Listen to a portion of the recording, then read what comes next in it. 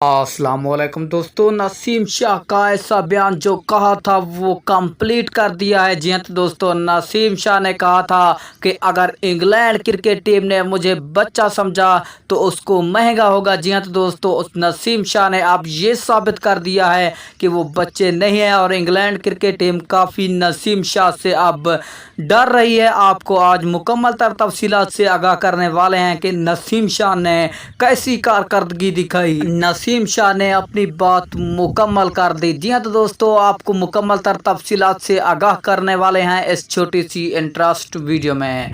सबसे पहले इस वीडियो को लाइक ज़रूर कर दें, चैनल को बिल्कुल फ्री में सब्सक्राइब कर दें और साथ ही खड़े बेल आइकन को ज़रूर इनेबल कर दें ताकि आपको क्रिकेट से रिलेटेड हर नई आने वाली न्यूज़ का नोटिफिकेशन बर वक्त हर वक्त मिलता रहे।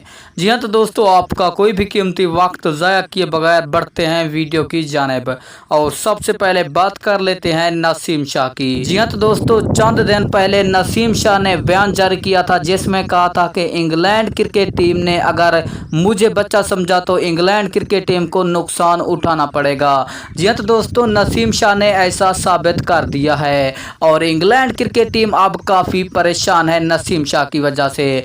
जी हाँ, तो दोस्तों नसीम शाह ने पाकिस्तानी क्रिकेट टीम के 4 बैट्समैन जख्मी कर दिए हैं अपनी बॉलिंग की वजह से। नसीम शाह यंग टैलेंट है पाकिस्तानी क्रिकेट टीम में। जख्मी होने वाले खिलाड़ियों में नंबर 1 पर हैं इमाम उल हक। जी हाँ, तो दोस्तों इमाम उल हक दूसरे तीसरे दिन पाकिस्तानी क्रिकेट टीम को ज्वाइन कर सकेंगे, वो पाकिस्तानी क्रिकेट टीम के लिए अवेलेबल होंगे। जबकि दूसरे नंबर पर फवाद आलम है। जी हाँ, तो दोस्तों फवाद आलम को भी नसीम शाह की गेंद ने जख्मी कर दिया। और तीसरे नंबर पर हैं आबिद अली। जी हाँ, तो दोस्तों आबिद अली भी नसीम शाह की गेंद से जख्मी हो चुके हैं। और नंबर 4 पर हैं असद शफीक। जी हाँ, तो दोस्तों असद शफीक जख्मी तो नहीं हुए लेकिन बार बार बचते रहे। जी हाँ, तो दोस्तों ये 3 खिलाड़ी जो नसीम शाह की बॉलिंग से जख्मी हुए और इंग्लैंड क्रिकेट बोर्ड और इंग्लैंड क्रिकेट टीम काफ़ी डर रही है नसीम शाह की बॉलिंग से।